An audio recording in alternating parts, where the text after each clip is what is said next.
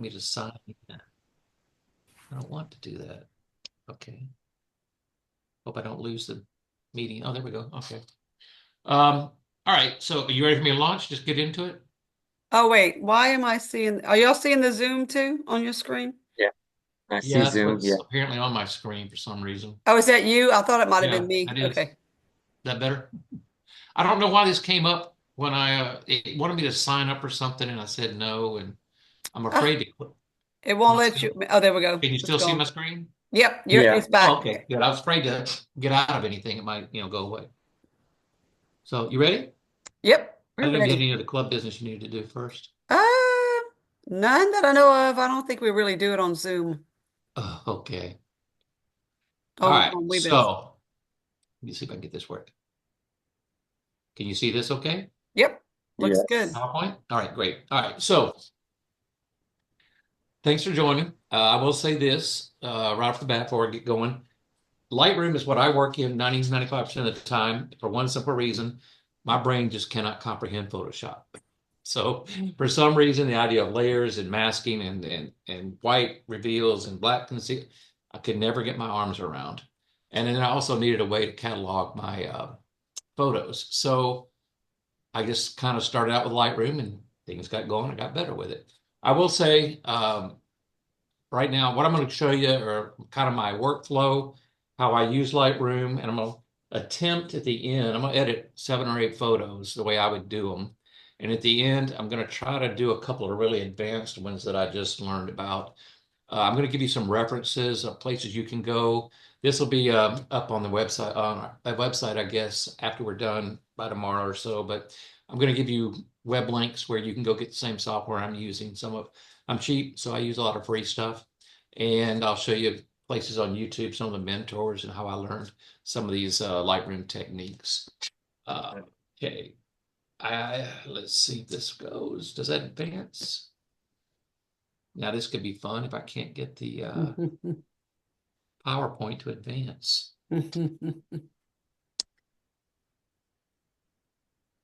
Okie doke. Carrie, you did a PowerPoint.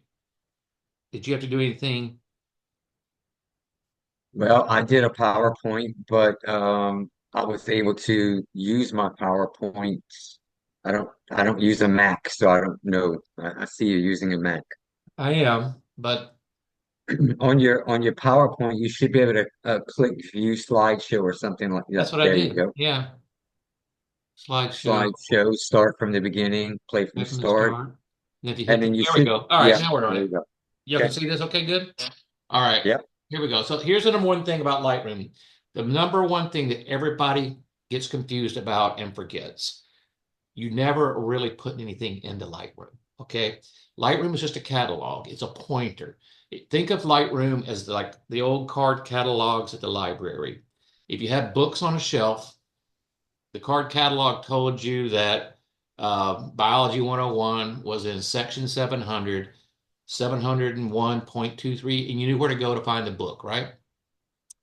If you took that book and walked around the library with it and left it on a table and didn't put it back in its spot, the card catalog couldn't tell you where the book was anymore. Lightroom is the same way. It's a catalog. So the one thing that I hear from people when they get in trouble the most is, well, I uploaded my pictures to Lightroom. No, you didn't. You uploaded them to your hard drive, and they're always still there. Lightroom is just going to tell you, if Lightroom loses track, you got all these error messages and question marks. But your photos, if you upload them to your computer, they're still on your hard drive wherever you put them. So that's the number one thing to remember when you're working with it. Nothing ever gets put into or placed in Lightroom Classic. And the images will always be there. All right. What I'm going to do, I'm going to start to finish, show you a little bit about preparing and calling the images, my workflow, how I manage files. Then I'll ever edit several from recent shoots. I'll go from beginning to end, and you guys can ask questions. By the way, I'm sure some of you are better at this than I am. So if you have a great tip or suggestion, jump in and tell me, how you do it, because we can all learn from different ways. The two primary things I use are FastRawViewer. It's a free software. I'm gonna give you the website for that. The reason I use this is I do shoot in RAW. When I started out, I shot in JPEG. Then I started going RAW plus JPEG, and then I realized that was duplication. So then I just kicked over and started shooting everything in RAW. But Lightroom takes a little while to render. And when you're trying to go through several, like when you do a wildlife shoot or when I do a sports shoot, or even when I was doing Mardi Gras downtown this past week or two ago, you know, over the 3 days I shot 2,000 photos. Uh, Lightroom waiting on it to render and show me the as I advance through the photos. I wanted a faster way. A lot of pros use Photo Mechanic, but I have it, but I haven't opened and learned it and used it yet. FastRaw does what I want to do, and you'll see when I kick it on. I have one of my SD cards that I used all for those 3, 4 days of Mardi Gras, and I kept it as a duplicate as I was shooting on my Express card. I'm going to show you how it uploads quickly. I went ahead and deleted a bunch, culled a bunch because I didn't want you to go through 2,000 with me tonight. But you'll see how nice it is and how quick and easy it is. Also, there's Adobe Lightroom. So, some reason Adobe, in its infinite wisdom, named two separate softwares the same name. One is Lightroom Classic, one is Adobe Lightroom. And for a while, Adobe Lightroom was one that you had to have all your photos online and synced in order to use it. But recently, in one of the updates, Adobe came out with a browser just like Bridge or just like any other browser you might use. And so now you can go to your local drive with Adobe Lightroom and see everything. So if you don't want to mess with a catalog or you don't feel like you feel like it's too intimidating or it's too much that you don't want it to deal with, you could use Adobe Lightroom. And a lot of the professionals that you see on YouTube are switching to Adobe Lightroom because they grew up on Bridge and Photoshop, and Adobe Lightroom is more like that procedure. I use Classic because I've been using it for 10 years, and to go away from it now would just be more trouble. So I'll touch on that, just show it to you. But if you buy the photographer package, it's $10 a month. They recently changed their billing procedure where you got to pay a year in advance, but you get Adobe Lightroom Classic, you get Adobe Lightroom, you get Bridge, and you get Photoshop, and you can also have Photoshop Beta. So you get all that for $10 a month. It's a pretty good bargain if you ask me. I'm also going to show you how I use Topaz Gigapixel and Topaz Photo AI because that was some things people wanted to learn about. Gigapixel cost a little extra. I think I got both together bundled for like $119 or something like that. And then I got upgrade. You get free upgrades for a year, and then they want you to pony up some more. But the Photo AI and the Gigapixel, as you'll see, will give you more than you need for a long, long time. Photoshop I do use occasionally, mainly for the remove tool because it's better than Lightroom's, and Topaz has recently with an upgrade tried to put a remove tool in, and it gets confused a lot easier than either one of the Lightroom ones. So when I got to touch up a few things, like take a wire out of somebody's face, I use Photoshop for that, and I'm still trying to learn Photoshop. It's a goal, but you'll see when we get done, you can do pretty much 95% of all your photos without Photoshop if you want to. So without further ado, let me jump in. I'm going to have to drag this away. Come on. And get.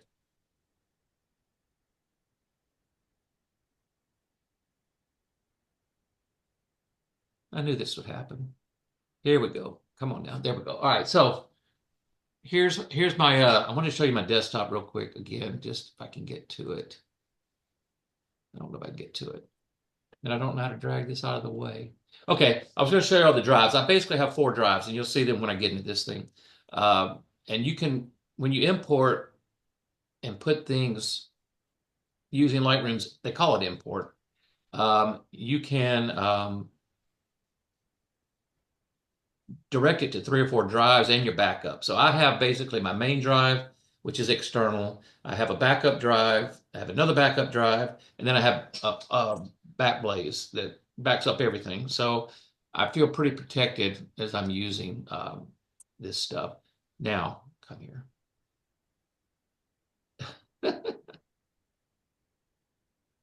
There we go. Okay. These are my photo edit apps, which I showed you, and I'm going to go into Lightroom Classic now. Hopefully it covers up everything, and you can see it. Let me know. Are you seeing it load up? Yeah. Yes. Okay. No.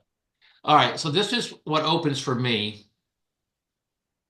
I need to get, there we go. All right. I'll put all you out of my sight there so I can see what I'm doing.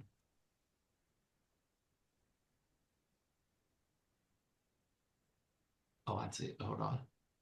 Probably should have practiced this, huh? There we go. Now, if you look at the Lightroom Classic when you come in, and you'll see that I've got one of the things I do right off the get-go is classify all my photographs. I learned this from Scott Kelby at a conference I went to, that if you take a look at all your photographs, you're going to find that you kind of have buckets of everything you shoot. And for me, those buckets wind up as astrophotography. Hold on. Open, says me. There we go. Astrophotography, events, family, landscape. I have a miscellaneous because some things I just don't know where to put it. Pets and people, sports, travel, and wildlife. These are my 9 buckets of pretty much everything I shoot. And the miscellaneous are things that really, of the 8 buckets, what doesn't fall in place, I use miscellaneous. I don't need that very often, but you can see that I have in my main drive almost 37,000 photos. And I try to cull that when I can. You can see a lot of places where I don't have very many photos, and some I have several thousand. But also, I see here's my backup drive. There's 45,000 in it, and the other backup drive has 44,000. And so out of all that, I'm managing 125,000 photos at once with Lightroom. I'm also going to show you that I'm going to another catalog in just a minute because I've already done all the work in this. The other thing I'm going to suggest if you're using Lightroom is you want to go and learn about collections, because what collections allows you to basically, once I import and record all the data on the file folders here, I don't want to go back to these folders again because I might make a mistake and delete something I don't want to delete. I might make a mistake and double up something or do weird stuff. So if I stay with collections, which is a way of grabbing photos, you can grab them from any classification you want to. For instance, if I go into my wildlife here, oh, well, there's one of the wild things I took a picture of. Here we are at Lake Martin. Come on. Got a little lag going. There we go. In Lake Martin, I have these photos that I took. You see how Lightroom takes a minute or two to render? That's one reason I turned to RAW Viewer, because whenever you're going through this, you're always waiting just a little bit of lag. But this is a collection, so if I hit delete on one of these photos, it just takes it away from the collection. It doesn't delete it off my folder. And I will go through that and show you what happens. But I'm going to go back to FastRawViewer. So that's the first step. Did I close that thing? I guess I did. I call everything. But you're going to see how fast RAWViewer. So I've got plugged in right now one of my SD cards, and here's all the volumes of everything that I'm accessing right now. And if I go here to Z6 III, which was the camera I used, see how fast all these photos render? You're not waiting at all. Boom. Bridge, I think, is pretty good too at doing this. But from here, I sat down before the presentation. I got home about 5:30, set some things up, and I wound up at 6:15. I said, I got to get rid of some photos. It took me about 15 minutes to call and delete out 2,000 photos from all the Mardi Gras shoot off of that disc. And that's how fast you can do it and get rid of it. I might have to figure out a way to get rid of this thing where it's not visible.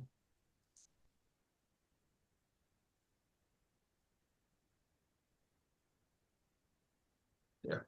Okay, here we go. Now I can see what I'm doing. Sorry.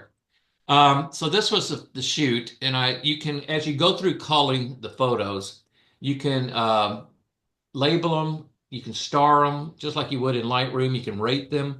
What I do with my culling process, though, is I try to go through and get rid of everything first. And in the FastRawViewer, it lets you go through. You can switch to a single image. You can zoom in on images. You can go at full screen. I like having the this over here, which once I click on a picture, turn on start tree in the panel top bar. Okay.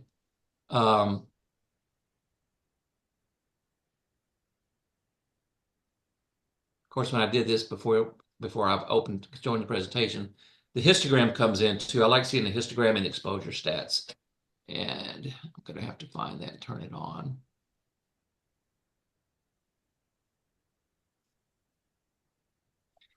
Well, we'll get to it. All right, I'm going to show you real quick, though, what happens. Folders will go into a rejected folder. These are all the ones I culled in about 15 minutes and got rid of from Mardi Gras. So if I want to get rid of some, I'm just going to show you the procedure.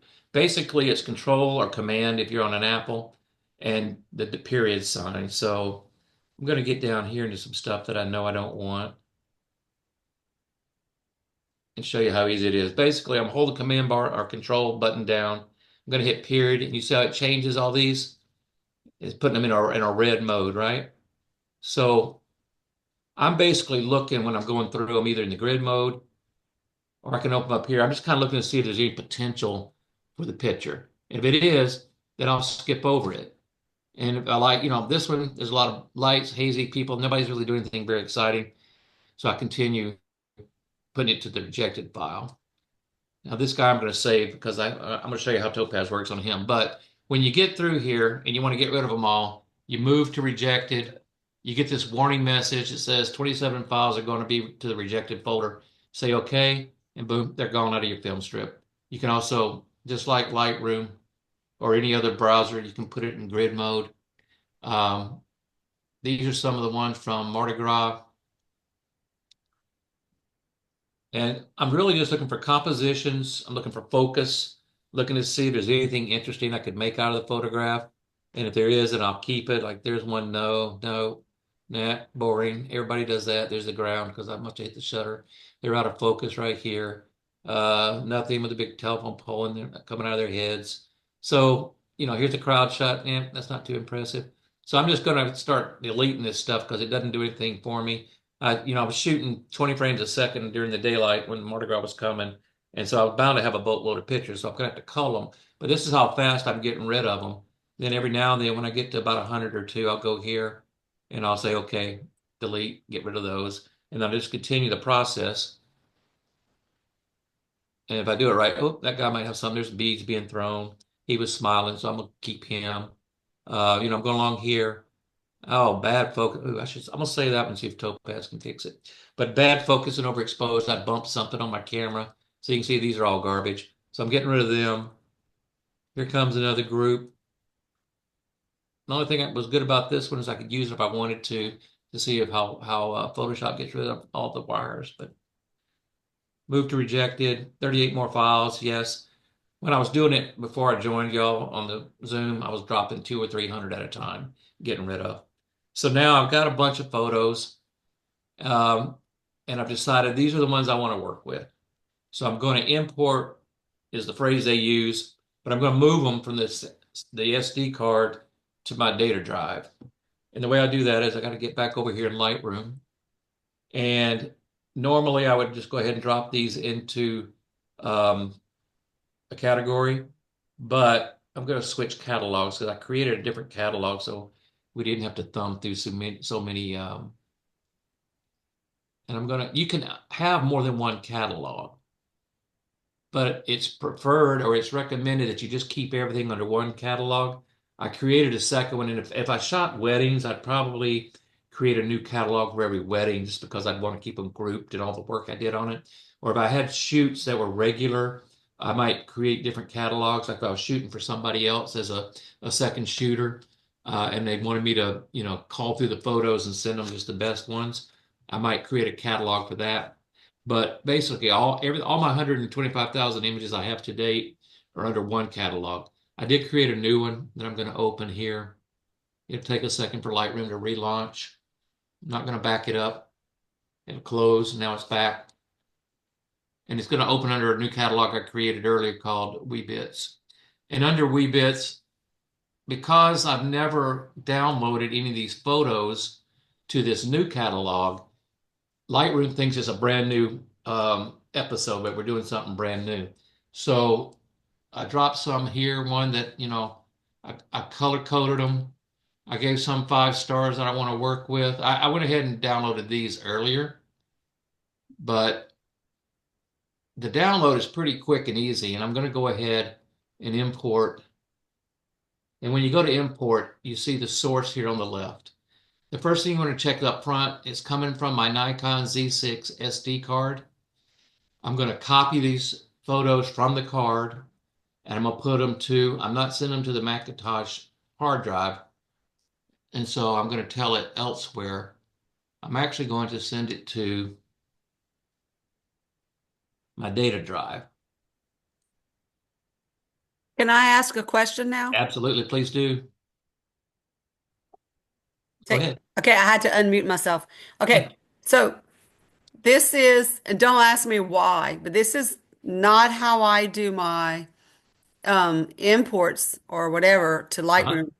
So I typically take my images from my uh, SD card and then I create a folder on my Yeah. external hard drive. So I Yeah. move them from card to hard drive, then hard drive to Lightroom. Yes, and I'm going to show you that. So, You can do it so that way as well, and there's a difference in this direction here, whether you copy or move or add to your catalog. So what I'm going okay, to do is I'm going to tell it I want to put this in a different destination, okay, and it's going to give me a choice here. I'm going to put it on my data drive here, and I'm going to put it under all photographs, and I'm going to go to events, and then I got a Mardi Gras folder, and I'm going to put them. I'm going to create a new folder just for this. It's going to be the Wee Bits folder, which, because I got a lot of Mardi Gras photos right here, right? And I'm just put Wee Bits MG. I can name it whatever I want. I create this folder, which is kind of like what you're doing, Julie. You're having a folder to put all your photos in, and then you move them to Lightroom. I've just gone ahead and created the folders and cut out that step. So okay, you can, when I hit this button, and I want to make sure everybody knows all the places to set up as you open up Lightroom. So I'm going here from the SD card. I'm going to copy the photos that are on this SD card to my data drive. I could also send it to one of the backup drives, but what I'm also going to do when I do this, I'm going to make a second copy right here. Sorry, I don't know how to do the little thing, make a big circle. But here's my backup drive. So these photos are going to go simultaneously to my data drive, which is external. It's going to go to my backup drive, and I'm going to add it to the collections. And the collection is going to be Wee Bits Mardi Gras. I'm going to name it the same thing. And they're not inside a collection set. So I'm going to create another collection, which just popped in right here. So this is going to go three places when I hit the import button. Is everybody with me or understand where I'm going with these photos? yes, Any questions before I do it? Yes. You have your external hard drives connected before you do this, I'm assuming, right? I do. As I sit here, that's Okay. what I didn't show the desktop, which I should. I got a little, twisted trying to get this thing going.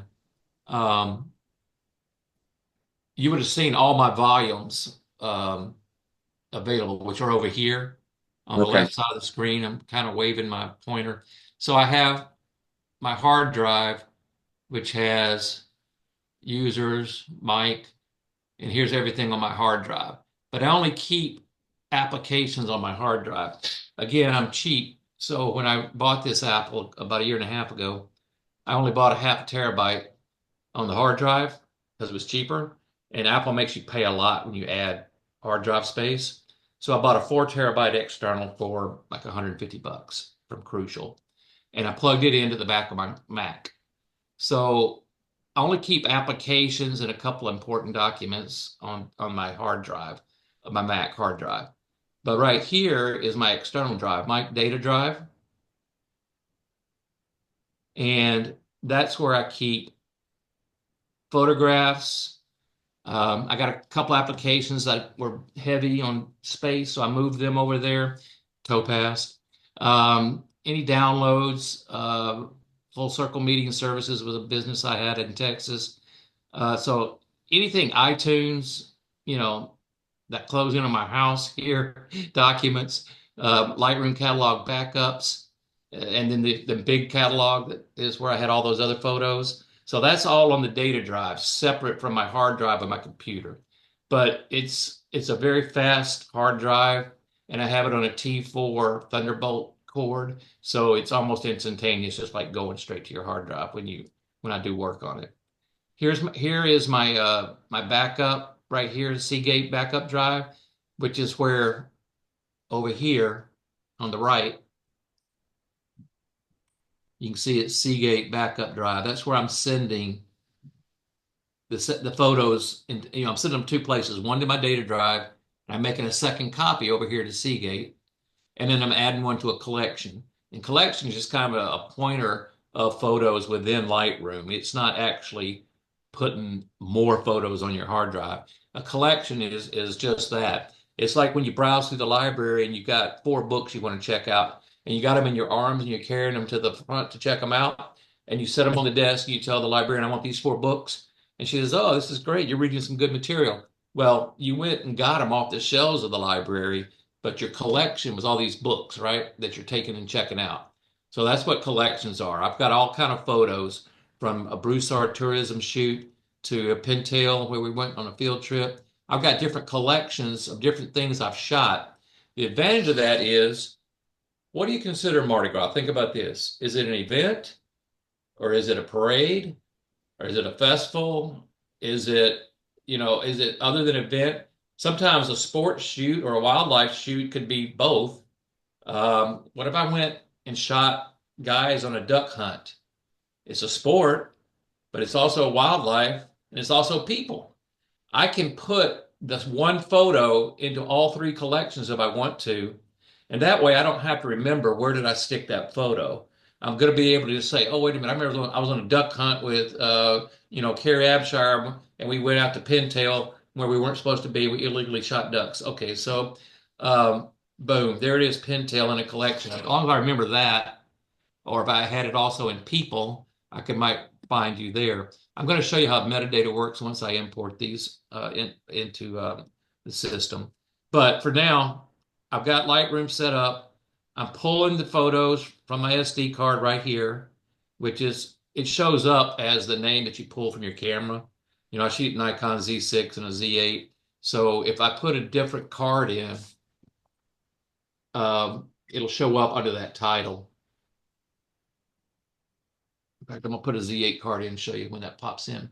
But when I hit import, if I can find it on all this other stuff, when I hit import, it's gonna put all the photos in these places that I've asked for. Okay. So I'm sorry. That's right. I'm gonna go So slow. you don't use the photo app that's on your Mac at all. You don't you don't put your photos in that photo app. You mean in the library of photos? Yes. No. Okay. Because Mainly it'll take up because, space. well, for 2 reasons. One, it eats up my hard drive space. Right. And Okay. and for 2, you're talking about this one right here, probably. Yes. That's Yeah. where I put all mine and it's eating up all my space. Uh-huh. And you see, I've got a few, like I put one from boxing. Right. Because I wanted it, I try to sync up. The reason I switched from Windows to Apple is I want to be able to sync up my phone, my desktop, Right. my laptop, and my watch, which sometimes I Right. didn't. Right. But Got you. so that's why I don't put them over here. I see. I've got a terabyte and a half of photos, and Right. I would already have exceeded my capacity on the hard drive. Sure. Now the externals are 4 terabytes, so I can keep going for quite a while. Yep. Got you. Got it. And there are some Apple applications as well. Can y'all see my desktop again with my dog here? Yes. Yes. Okay, so look, here's all my drives, right? Here's my hard drive. This is a backup called Time Machine that Apple does. Here's the data drive that I'm about to put these photos on. Here's the backup drive that I'm going to send them to simultaneously. And I'm going to pull them from this drive, which is the SD card right here, Nikon Z6 III. And while we were talking, I put another disk in. And so I've got 2 This is a SD card, and this one's actually a CF Express card B, with the same photos. Let me eject that sucker and put a different one in. And you'll see it pop up here in a second, but Lightroom can manage all these drives at the same time without a problem. So I can put photos all over conglomeration and still find them. And look, see, Z8 just popped up. That was the disk I just put in. And if I wanted to, you can send them to more than 2 or 3 places at a time, but I just do primary, backup, and then collections, which is within Lightroom itself. Then after I've done all that, if I want to help myself some more, I'll take the photos from the backup and drag them over here into this other expansion and let it move all the copy all the photos over there. And I'll go back into Lightroom and I'll add it to the catalog, because you have to tell, anytime you make moves outside of Lightroom, you got to go back and tell the catalog what you did. It's just like you pull a book off the shelf in the library and, drop it off at the front desk, and the librarian doesn't know you did it. And somebody else walks up and says, I want ABC book. And she says, go look in the card catalog, but it'll be in section 200. And they go down there looking for it. It's not on the shelf because you left it on the front desk and the librarian didn't know it. So that's why you got to go back and tell it, hey, here's the book. I didn't put it back on the shelf. I'm giving it to you. And she'll go put it back on the shelf, right? So that's kind of the way you got to work with Lightroom.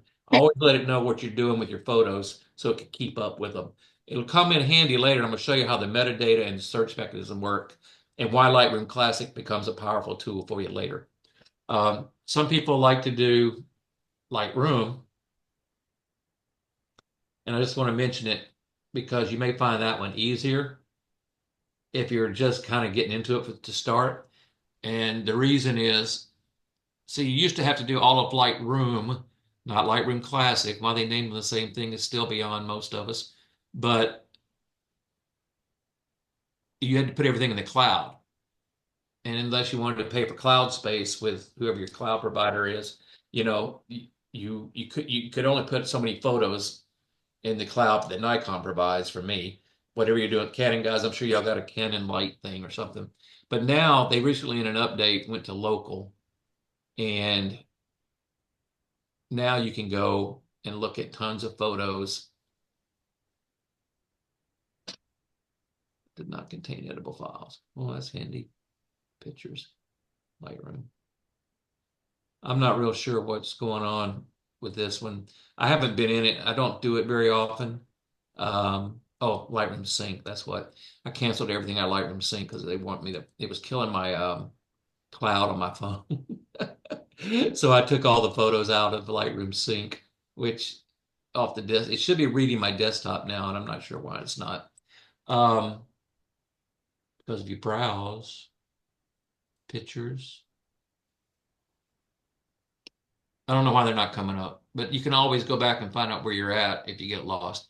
But this one is simpler because you don't have to worry about cataloging, but it doesn't do the metadata as well. It's a browser basically that browses what you got if you just use regular Lightroom, but it is easier to get started. Okay, so back where we were with Lightroom Classic. Other questions before I hit import? No, but I'm gonna have to try and do my imports from my CF Express card the way you're doing it because it Yeah, seems see, a little shorter. here's my data drive right here, okay? And you can see on my data drive, like I said, I don't put anything hardly on the hard drive. In fact, if I open it, you'll just see applications on the hard drive. And I did that on purpose. All my data that I work with, photos, documents, anything else is here on my data drive. This is a 4 terabyte drive, and I've still, got 2.5 terabytes left on it right now. But I put all my photographs here, and you can see I got them categorized: astrophotography, events, family, travel, sports. And if I open sports, I've got all the sports broken down. And then I can go to boxing, and we had the Olympic trials. And I had 2 days I shot at the Olympic trials. And so these are all my raw files here. They're all raw NEF files or Nikons. But then I was fooling around trying to do an oil painting thing. It didn't come out really great, but Um, this is a JPEG. So I also put them in JPEGs and record them after I work with them, right? Things that I like or I want to hang out and access easily without having to pull the raw file up, I put in a JPEG folder. And Lightroom's got them there in the JPEGs. So I have all my sports, every category of what I shoot. Uh, I don't know who went to Pintail on the field trip, but I've got it right here. I went to La Cassine 2 weeks prior, and then we went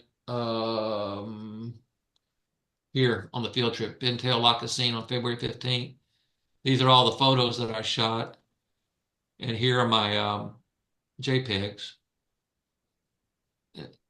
that I've worked on and that I liked out of the buku that I shot, or that I took the time to do. I would make this a little bigger to make it easier to see, but I'm afraid what happens if I do. Okay, here we go. This is the Apple thing party. It's the photos. See, it's opening a JPEG right there that I did. So I can always go back to the raws. I think Kim put my alligator on our header on the Facebook page. Here he is for the day we went. So I can always go look at the photos outside of Lightroom if I want to, but I find that having all the folders prearranged, that I just downloading directly into those folders with Lightroom, and it just saves a step. And I did some calculations one time that if I save 5 seconds per photograph and I shoot 25,000 images a year, it comes out to something like 27 and a half hours of time saved, which for editing time, that's, you're talking half an hour a week. So, um, any other questions? I'm gonna go back to Lightroom. Now I kind of got this down and it's showing you that I have all that garbage where I couldn't see what I was doing. Um, so I'm here again. I went through all the culling process, right? And I dumped a bunch of photos. And so out of what was originally like 2,000 photos, there's only about 50 or 60 here now, maybe 70, right down here in the bottom left. FastRawViewer is a free, and I'm gonna give you the URL where to go get it if you want to use it.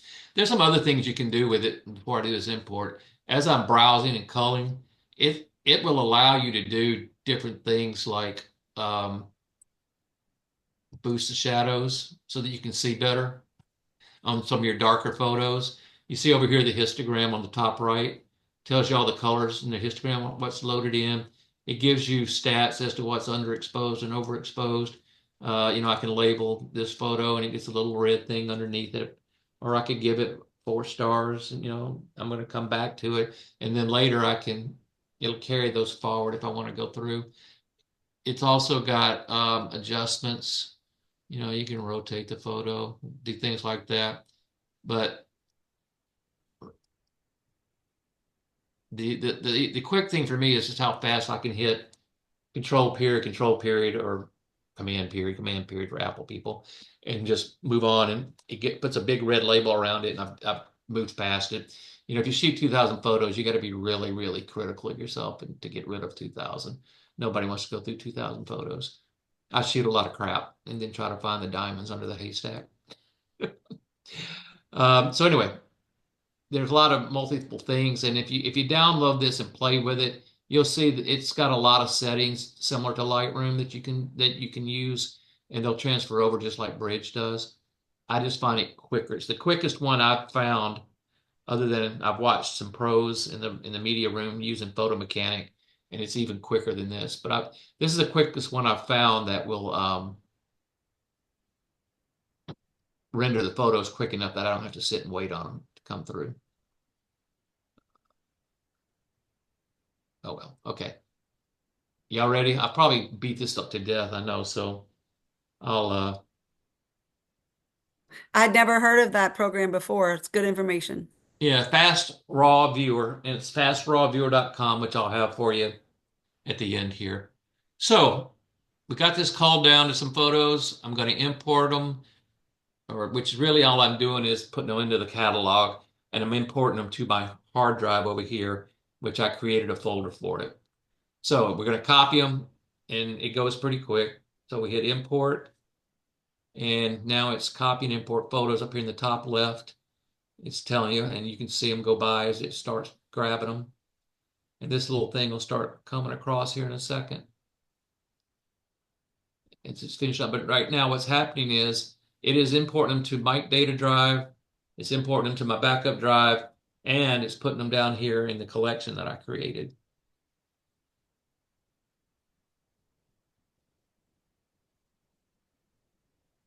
And it usually takes, this is 70 photos. It should be done already. I don't know it's probably because I'm using bandwidth with the Zoom. It's a little slower because normally this desktop is it's an M2, the newer CPUs, and they're really fast. That's one advantage. I know Apple gets obsolete quickly, and it can be more expensive, but I had a friend with an Apple, and I was watching him download photos 3 times as fast as I could get them, and it really made me mad, so I went and bought one. They should be done by now. I'm sorry they're taking so long. As they're downloading, though, notice you see this red. I put this label, that red label on this when I was culling them in FastRawViewer, and it helps me find photos that I think are worth editing. It's pretty much got everything. I don't know why it's not complete yet. Collections we are using.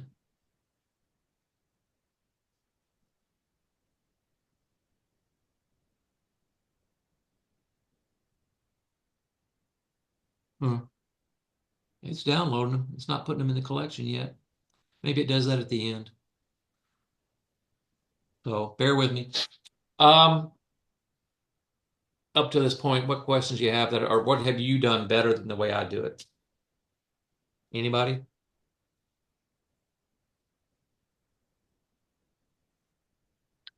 I put the Zoom out of sight, so I don't know if anybody is chatting or answering through chat. Julie, you'll have to help me with that.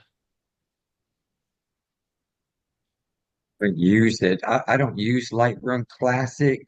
I have the Adobe Lightroom, and that's the whole point that I'm here because I just use Adobe Photoshop and Camera Raw, Okay. and I'm kind of interested in learning a little bit more about Lightroom because Okay. Lightroom Um, looks a lot different than this Classic. yeah. So 2 things I'll mention for you, and I'm gonna at the end I'm gonna give you 2 great YouTube mentors who really flesh this out. Uh, but when you're in Lightroom Classic, it's a cataloger as well. And the advantage of that is you can do these things right here when you're searching for photos. And I'm going to demonstrate that if we can ever get this download to finish. I didn't anticipate having this many things open and slowing it down. But Classic, I've been able to go, and here's the reason I use Classic, Carrie. I have a bad memory, and I've been to Sedona 3 times and used my camera 3 times. And I can't remember if my really good photo that I took from the airport sunset was in 2014, or was it in 2019, or was it in 2012? I don't remember, but I can use the sorting mechanism of Lightroom and just put Sedona sunset, and it'll pull up everything I've shot at sunset in Sedona Okay. within seconds or minutes. So the metadata is what it tags for me. Lightroom, Adobe Lightroom, I'm not sure it's supposed to work with the metadata, but not as powerful. And you can use it, you don't have to sync it with the cloud.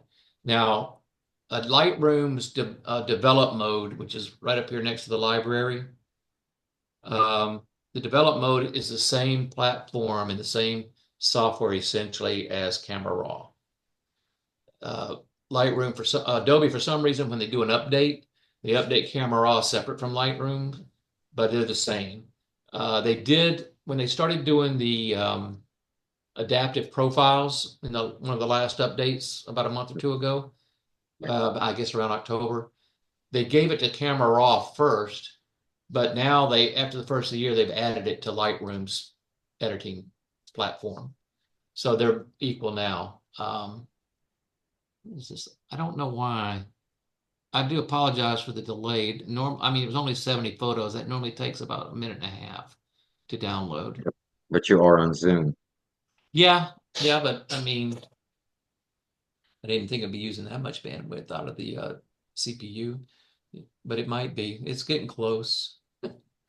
Once it pops in, I thought that would be genius doing the other catalog. I could have, it's putting things right here. That's my data drive. I could have gone to that. But here's the collections, and here is we're on the catalog that I created. So it's putting photos in there. It's just taking its sweet time. Almost done. Now, if you delete a photo in one collection and it's in multiple collections, does it delete it No, throughout all collections? no, it'll ask if you want to take it out of all of them or just the one. Got you.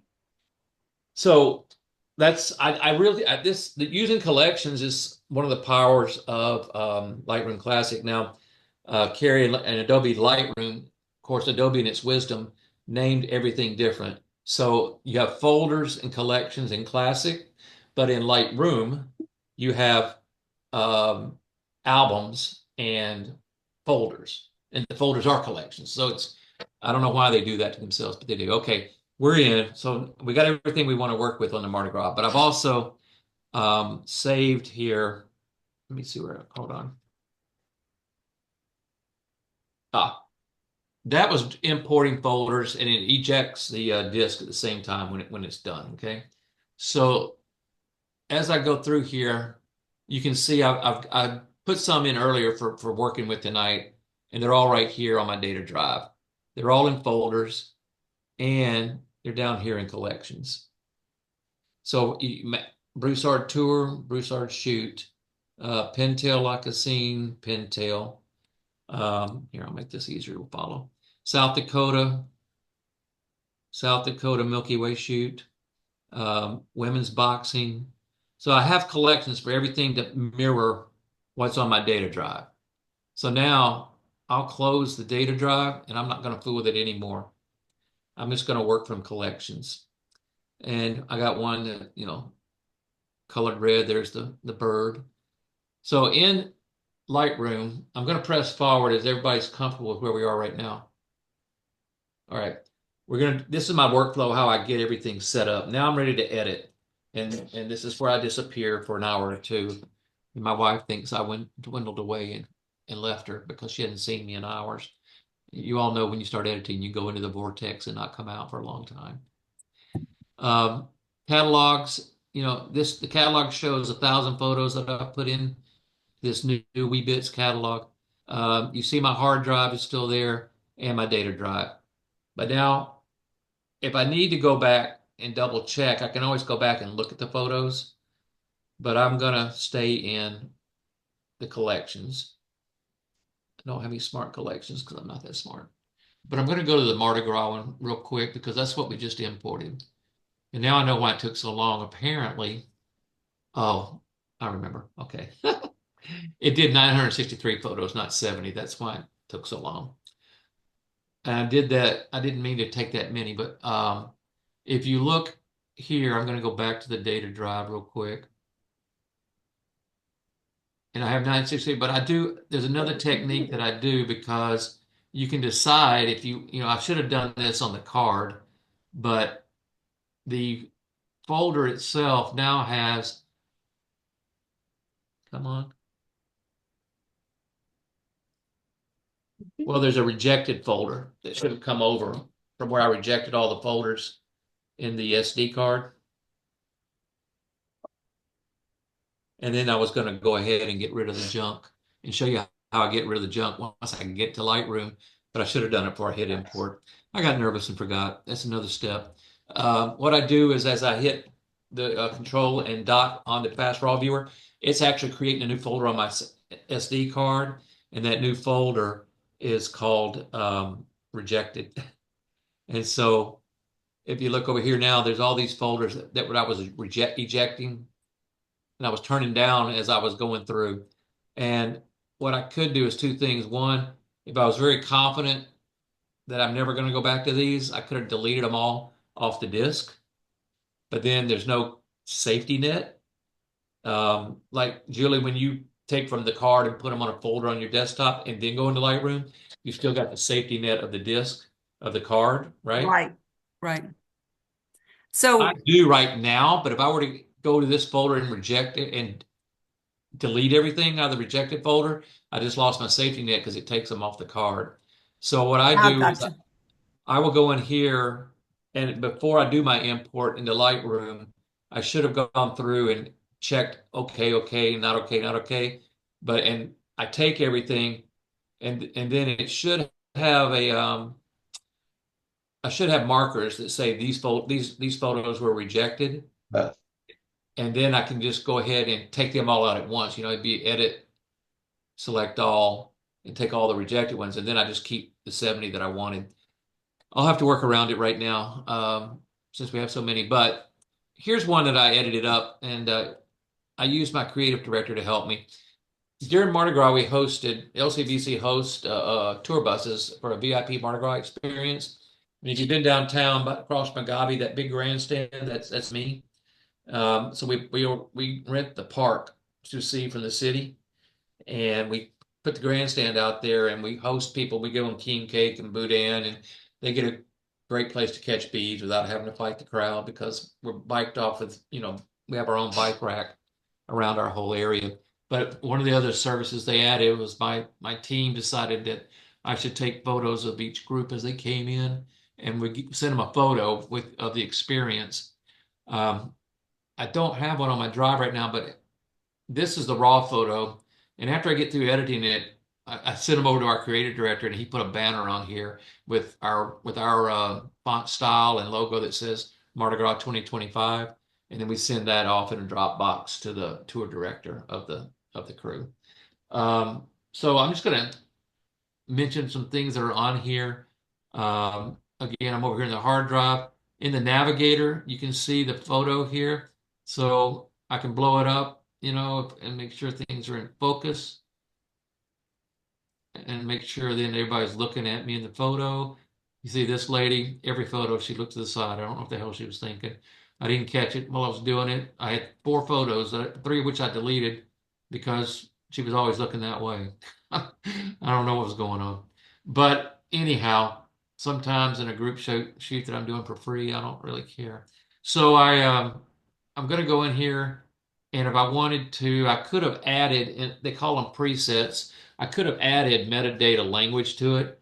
Um, Things like I could have put on there Mardi Gras 2025, the name of the group. You'll see some of my other photos that I shot earlier. They have keywords on them from the import. Like here's a boxing photo. And then over here, if you guys, I know it's hard to follow my little arrow I don't have, but over here on the right side under keywords, I have girls, softball's not softball, but I just imported a bunch of keywords. Boxing, Lafayette, Cajun Dome, Women's National Championship. So if I had out of this 1,000 photos or 12,000 photos that I have in sports, and I wanted to pull up the Women's Boxing Championship, I could go to metadata here and just pull a keyword. One of these you can change. I could change it here. I got the labels, but I could change that to text, like the location, the city, flag, the ratings, exported files, a keyword. And keyword could be boxing. And then those 12 photos would pull. Obviously, I'm working with a smaller catalog just for our purposes tonight, but those 12 photos would pull out of the 2,000 or so I have from the USA Boxing raw photos. And they're just these 12, but I might ask for more. Obviously, it might pull 200 for me to look at. But then I could also go in here and tell it at the same time that besides USA Boxing, I want the ones that have a label, a color code. Uh,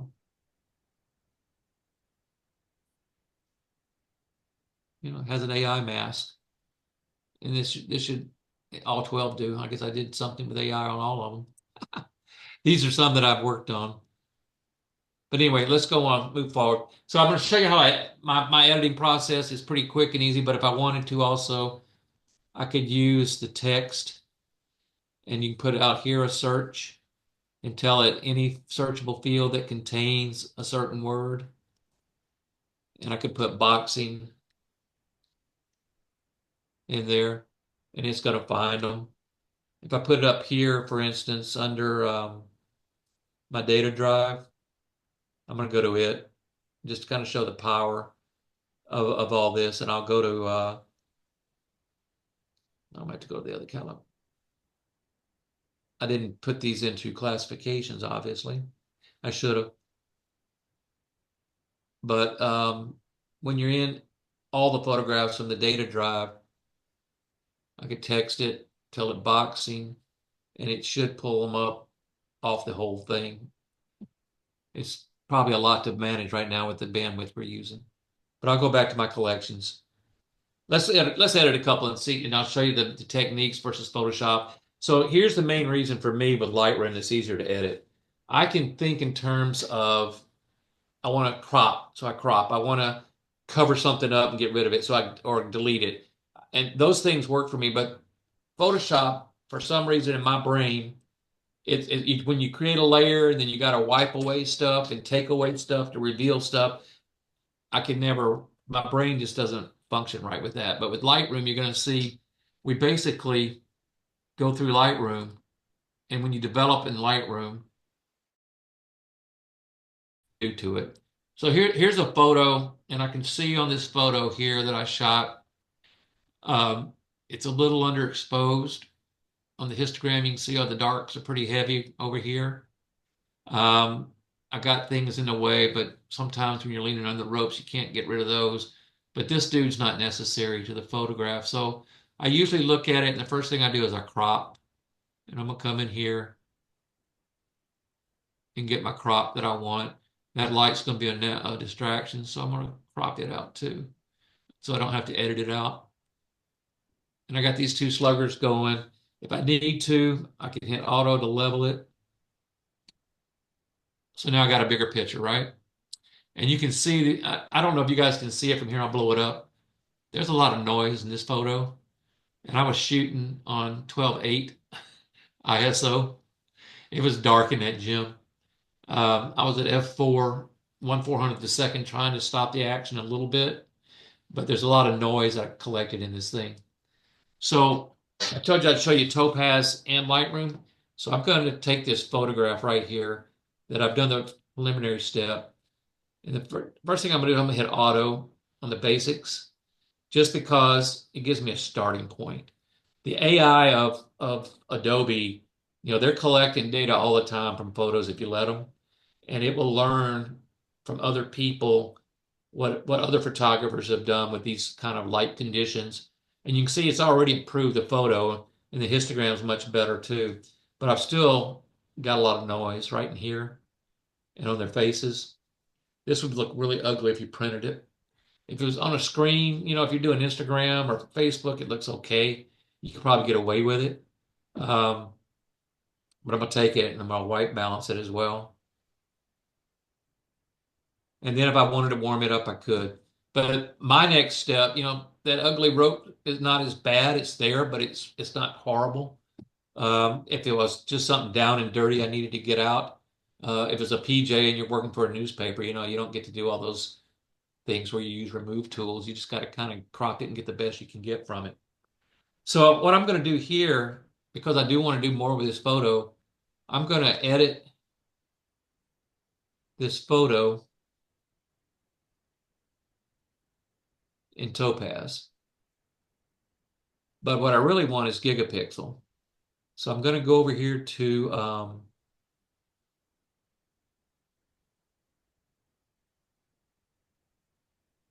plug in extras. And I should have gigapixel. Here I don't. Okay, well, we're going to go do it in Topaz AI. I've been having problems with gigapixel lately. I had to re-download it, and I'm not real sure what's going on. But I sent it to AI, Topaz, and hopefully...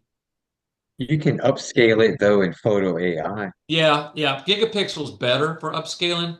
And so what Yeah. I do is this, now that I cropped it, back to Lightroom real quick, you see that my pixels right here, I'm down to what, 5 megapixels, 6 megapixels roughly from 24 that I shot it in. So I like to go. I learned this little trick from wildlife shoots with Matt Kozlowski. He'll go in to gigapixel, and he does this too. He also uses, you're right, I can upscale it. That's one of my choices in Topaz. I play this super focus. I don't like it yet. They're still refining it. And they try to put a Thanks to remove that. tool in Topaz, and it isn't really good. So my advice, if you want to remove things, is do it with Adobe Lightroom or do it with Photoshop. But it's recommending raw denoise and strong because like I said, I was at 12.8 on the ISO, and I might want to recover faces. These are suggestions that it tells you. It can sharpen, recover faces. You can apply the recommendations, or you can do your own over here with the denoise. Now there is denoise in Lightroom Classic, but I think Topaz does a slightly better job, mainly because I can adjust the strength right here to make it as strong, or I can do just a minor blur, make it a little less. But what I'm going to do is already telling me, if you look right here, this is the photo as is, and look at all that noise on her face, her arm, in her uniform. And this is a preview of what it's going to look like after Topaz does its thing. They've kind of smoothed out a lot of that noise without her face looking too plastic. That's the thing you got to watch out if you overdo. So I'll probably go back to normal and just see if it may leave me a little green. And again, this is not a PJ. I don't know if you could do this in PJ competition, but it's a photo that I want for myself. So I'm gonna see how it does. But the preview, look at the writing on her helmet here. I don't know if y'all can see this on a Zoom call, but there's lots of black dots and things here. I don't know how to make that bigger. I'm sorry. But I here can it's see nice it. and clean. Here it's nice and clean. So you can go here and add enhancements. These are the choices. Sometimes I let it adjust lighting or balance cover just to see what it'll give me. Command Z or Control Z, you can always back out and undo it.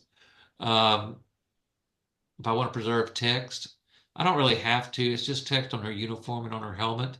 But I can also just tell it apply autopilot and let Topaz make all the decisions for me if I want to. In fact, I do want it to recover faces. So I'm gonna add that to and that's what it's gonna. You saw the red come up there in a real flash. We're going. It's a low quality shot, generation beta. I want it to be realistic on the face, and it'll recover their face. And you see these yellow dots up here. That's everybody's face, and then faces of people sitting around the ring. So it's going to go find the faces, and it's going to work on getting the noise out of their face and sharpening it just a little bit. And I'm going realistic, not creative. So I'm not going to do anything real fancy with it. And I'm going to back off the strength just a little bit because I don't want her to look like she's a mannequin when it's done. I want her to look normal. And so I've already set that up. And that's what it's going to work on the body right there. I don't want to adjust the lighting. I'm not going to bother that or balance the color because we're going to do that ourselves. But right now, it'll denoise it and it'll recover faces that are low quality. It's telling me they're low quality. And I just need the two boxers. I don't care about the other people around the ring. And you see right now, I just changed it and I've just got these two yellow dots here. So that's just the two boxers' faces. I don't care about that ref because I remember I've already cropped him out. Um, Topaz doesn't know that I cropped him out yet, so it's going to work with the whole photo. It's actually better for it to work with the whole photo because it gets more information. The more data it gets out of your file, the better it's going to result it's going to give you. You see up here, it's still using the whole 24 megapixels, what it's going to do. So anyway, I'm happy with what I'm going to try to do this little bit right here.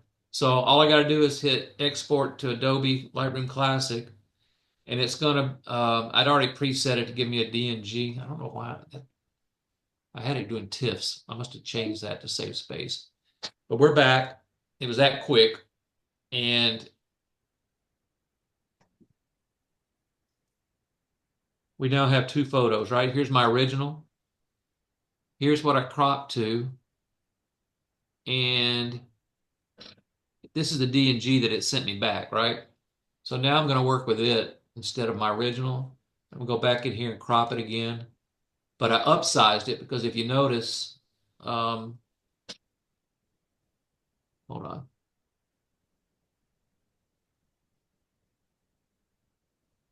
Oops. I moved it. Butterfingers. There we go. Didn't upsize it much. Oh, that's the Neff. Sorry, wrong photo. Here we go. Look here. See, I'm back to 24 megapixels. And I can crop this now, but it's still going to go down in lower megapixels. But I probably should have saved that photo before I sent it over. But I can always go back and upsize it again if the photo doesn't come out. But it's gotten rid of all the noise, so cropping really shouldn't hurt me too bad. There's a lot of flexibility in how you do these. But if you look now, look how much cleaner this is around her helmet, her face and skin, right here in the uniform, the text, the other boxer, about to get punched, get her lights punched out.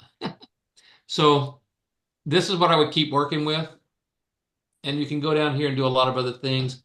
I kind of like to go in here and push the midtones up a little bit just to make sure they're kind of fully in the image right before clipping up here. This box of the histogram is great because you can see where you're, clipping your shadows or you're clipping your highlights. Most people can work right here.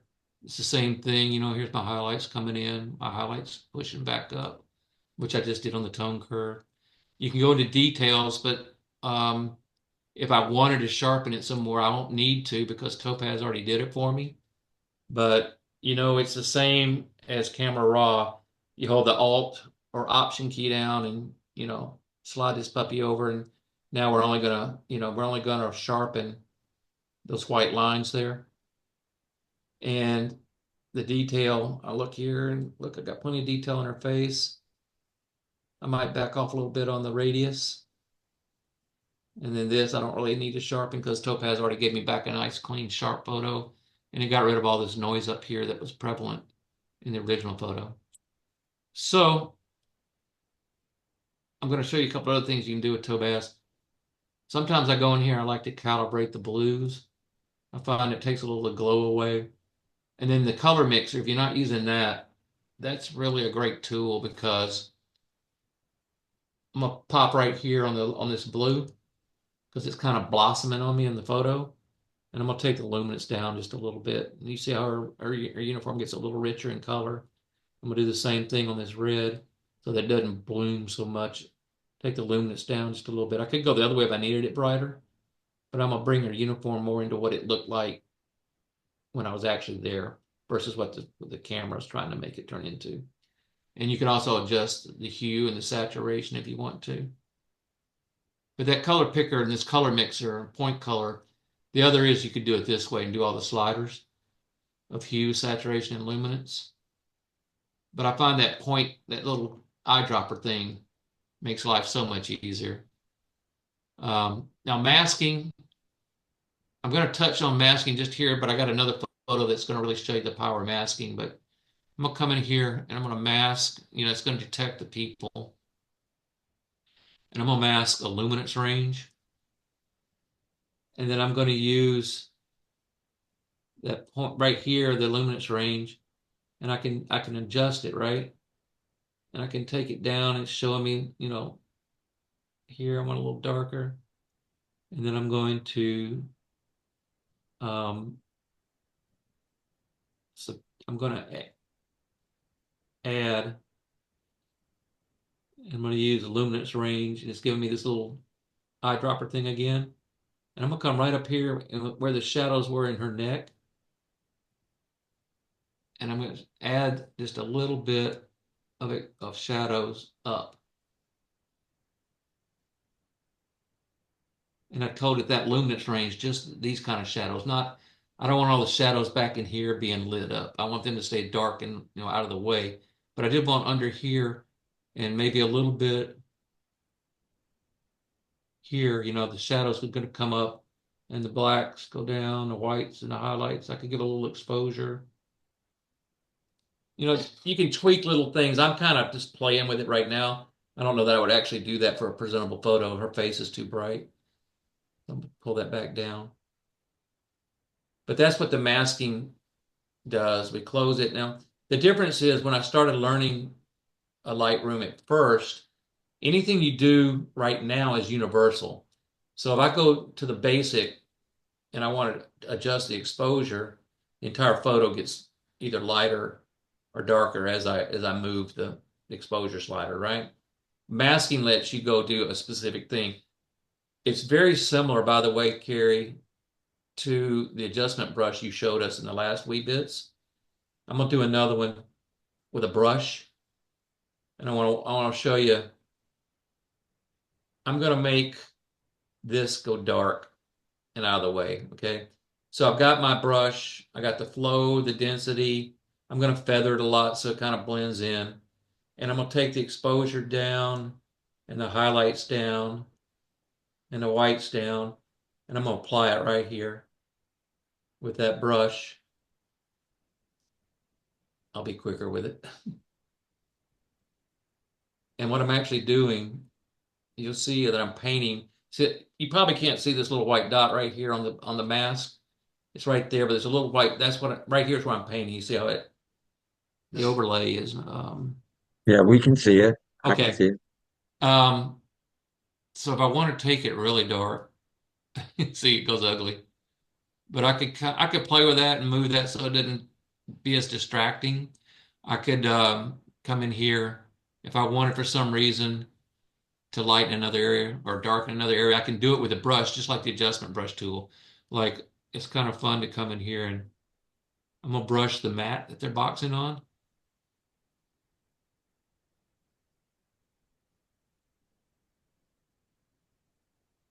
And that's not so light blue anymore. Now it's kind of it's the blue that they were actually I saw when I was at the match, right? So it's not getting lit up from other things that I've done in the exposure. And that's just like the adjustment tool you were showing us with the brush.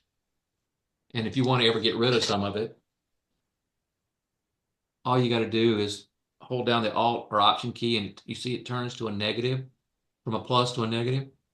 And now I'm gonna get rid of that sloppiness where I went over and above the thing. And you can see now on this bar right here, when I touch the mask, you can see everything that got the overlay, what everything got done. And I used the brush. I could also go with another brush if I wanted to clean that up some and subtract right here on the sides of the bar. So there's two ways to go at it, and it would take away the excess that I did. So it's pretty handy to be able to use different techniques. I'm kind of watching my time here. So when you're done, all you got to do is take this photo, and if I'm happy with this, it's acceptable to me, I'm going to export it. It comes up and says export to where, and the hard drive, I'm going to tell it same folder as the original photo, which is going to be my data drive. I could send it other places if I wanted to the desktop, to a documents folder, to a pictures folder party, but I'm going to send it to the same photo. It's going to be in a subfolder called JPEGs, and I'm going to add it to the catalog. So I don't have to go back and do any of this later. And then I hit export, and it tells me it's going to limit the file size, which is fine. I didn't put a watermark on it. I just want to export it, and boom, here it is right there as a JPEG, ready to roll. So for me, especially shooting a lot of sports and wildlife, it's quicker and easier than having to remember layers and did I add a layer? Did I mask a layer? Where's my layer? My little brain couldn't ever grasp the concept. It could grasp the concept of, oh, I need to mask something or change something, or I need to lighten her face. So I just pop a mask on it and paint it with Lightroom. That's why it was easier for me. You can do those same things in Adobe Lightroom versus Lightroom Classic as well. Lightroom Classic just has the power of cataloging everything for you. Um, any questions of how I kind of went from point A to B on developing and using Topaz? No, Your Topaz is a plugin. it is. When you install Topaz, it hold on, Topaz is kind of heavy duty, so I put it. I actually that's one reason it took a little time to drag it over. I put it over here on my data drive. So here, when you buy it and install it, I would say this: if you're not doing big prints, and I mean like, you know, 3 feet by 5 feet or something on for your wall, you probably don't need gigapixel. Gigapixel is, I think, does a little more than Photo AI, but they're trying to get everything to work under Photo AI. They had originally sharpen and denoise, and they came out with Photo AI and gigapixel. And as they've progressed in their software and refining their software and trying to stay ahead of the competition, you don't need sharpen or denoise anymore. Photo AI does all that, which, I showed you. I use gigapixel when I know that I'm going to be cropping real heavy, and um, I want to keep the pixels. For instance, this bird here.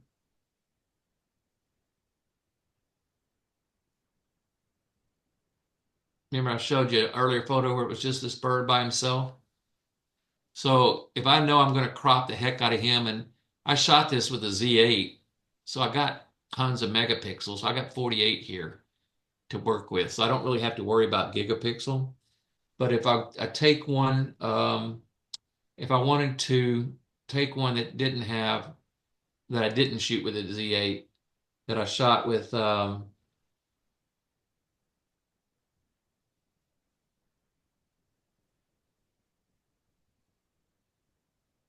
on. I'm gonna take one that I shot with a 24 megapixel, but I want to make it something that 52, 52, 60. What's that number? 5282. Okay. Here we go. This guy right here. All right, so I only want him, and it's dark. I shot it at ISO 8000, f2.8, 1400, but he looks like he's got kind of an interesting, he was having a good time when his float came through. So I know that I'm going to wind up cropping this back a lot, because when I do crop it, I'm going to take it down to something like, right here. That's going to be just him. And it's going to wind up being like 5 or 6 megapixels is all I'm working with. So, and you can see right here, up here under, it's already telling me that crop will leave me with roughly 6 megapixels. And then with the darkness and then having to get rid of all the noise, it's going to be a little dicey. So the first thing I'm going to do before I crop it is I'm going to take this photo and I'm going to send it on over to Topaz. And this is where I would use gigapixel. It wasn't pulling it before. I don't know why. Photo, edit in. No. So I have to take it from my plugin extras, edit.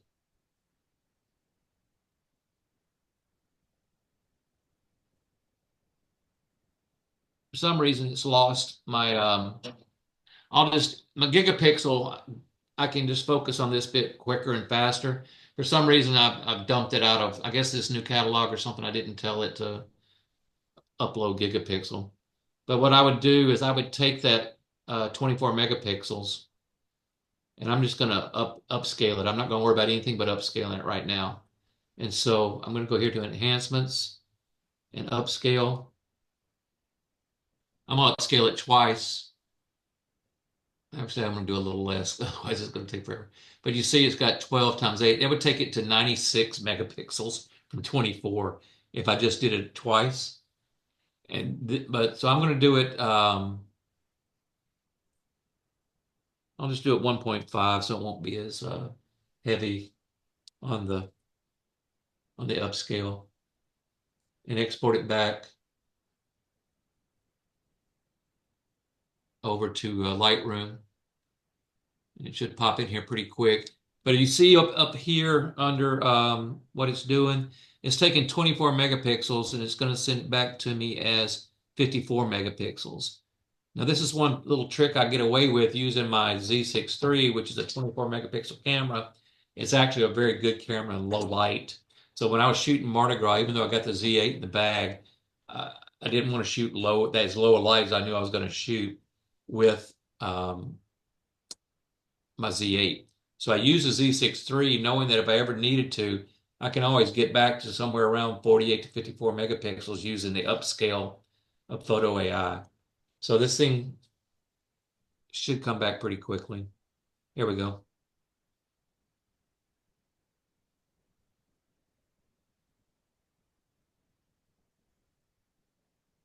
He'll pop in a second, but there he is. Okay. He's right here in the DNG. Now look, you can already see that there's more data because there's more megapixels in here. And I'm gonna go back to develop. Is this okay if I just leave this little square to show you where I'm bouncing around? Does that help? Does that help at all, or should I get rid of it? Yes, it helps. Yeah, Okay. that's All good. right. Okay, so first thing I'm gonna do is hit auto. Now I can see a little more of what's going on in the picture. I'm gonna crop him like I said I would.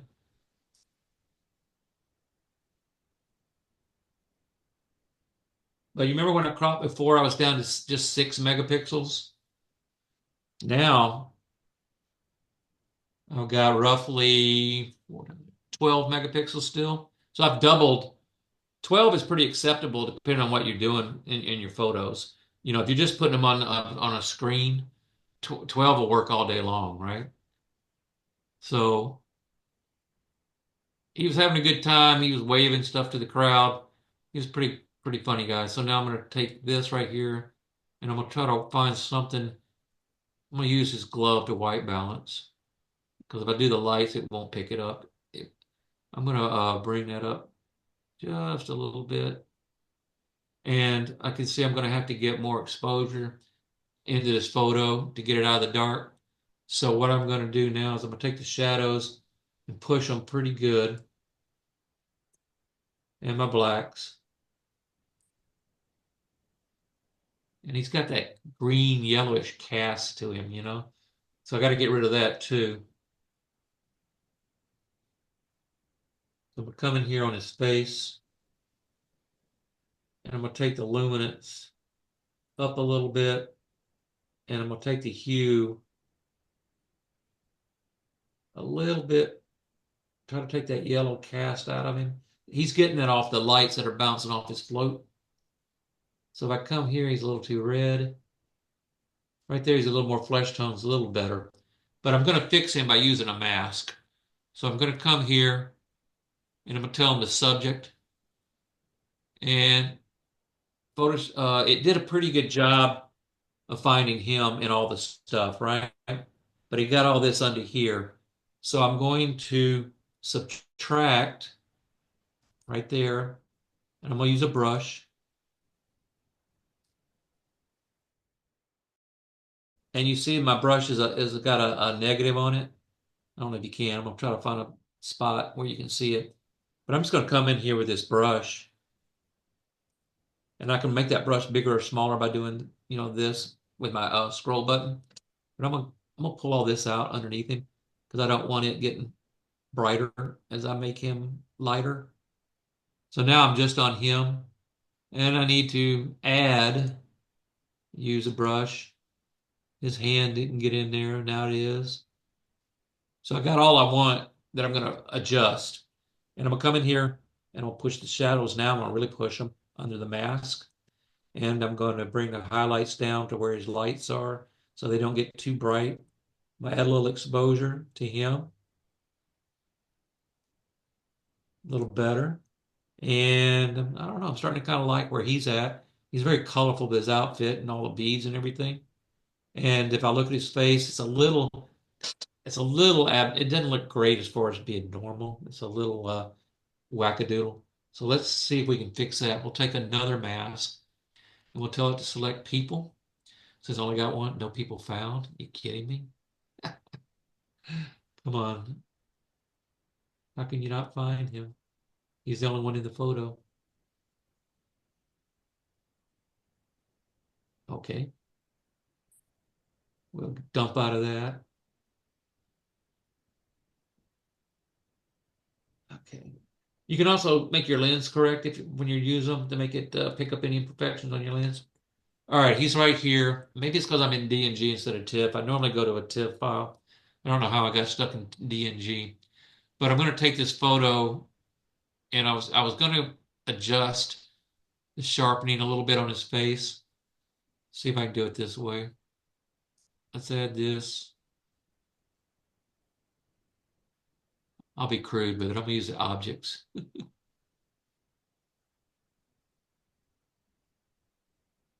I'm just gonna paint his face. And now you can see, his face is covered, a little bit of his hat. So I'm gonna come in here with my brush, and I'm gonna take out, you know,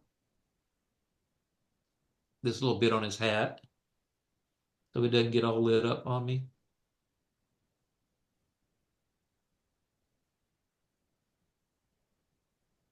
And so now I'm going to take the sharpness off of him. So I'm going to come down here to the effects, and I'll bring clarity down just a little bit. And I'm going to bring the texture down just a little bit. I'm going to dehaze him a little bit. And I think if I stay with it, maybe even add a little grain into his face, I'm going to be able to get his face looking more normal, not quite so much like a mannequin.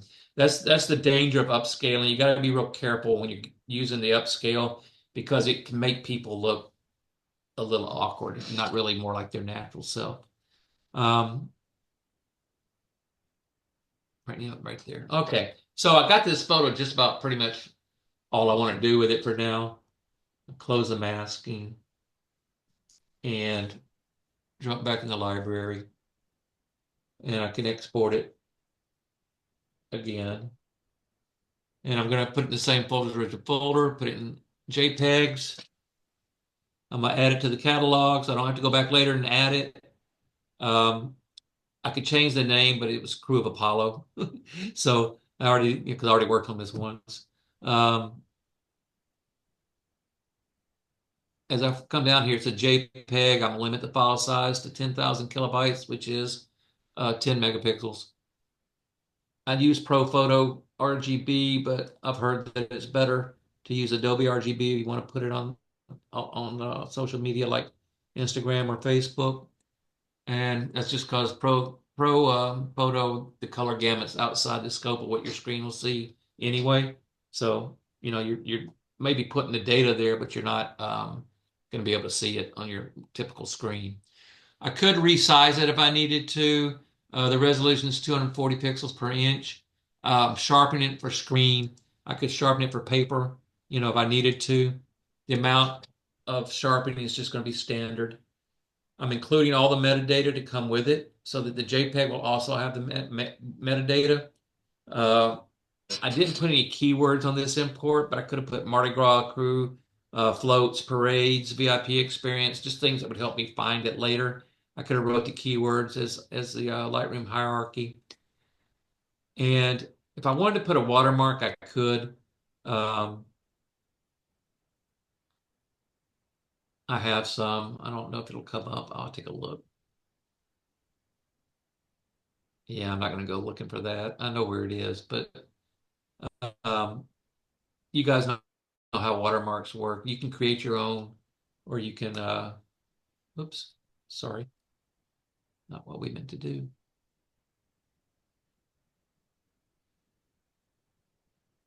Cancel, that's what I'm looking for. There we go.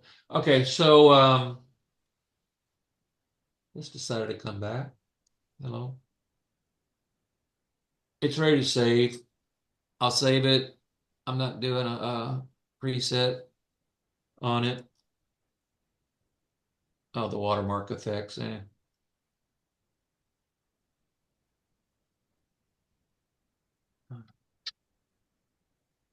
we go. Export. But what I want to show you when this is done, it might take just a second. Shouldn't take, there it's done. Okay. And there's my photo, but I'm going to go back into Lightroom here. And I want you to see the contrast and the difference of what we were able to do here's the original photo right here, and here's the finished product. The JPEG will look just like this, but I mean, we came a long way. Whoops. Yeah, that's a big difference. I can, here, let's do this. We'll grab them both. We'll look at them in a split screen. So, I mean, we went from, and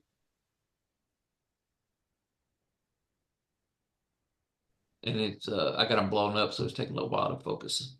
He wasn't totally in focus, but for, if I wasn't printing, if I was printing, it would be tougher, but, you know, look at what we've got here as far as the two photos.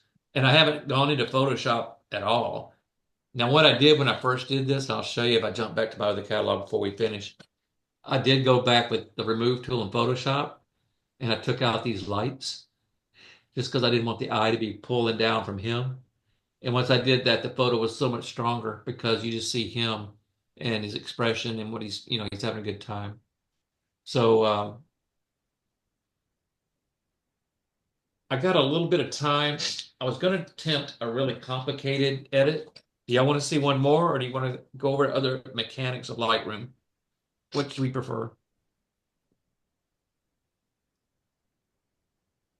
Yeah, I can see an edit. I'd be interested in that.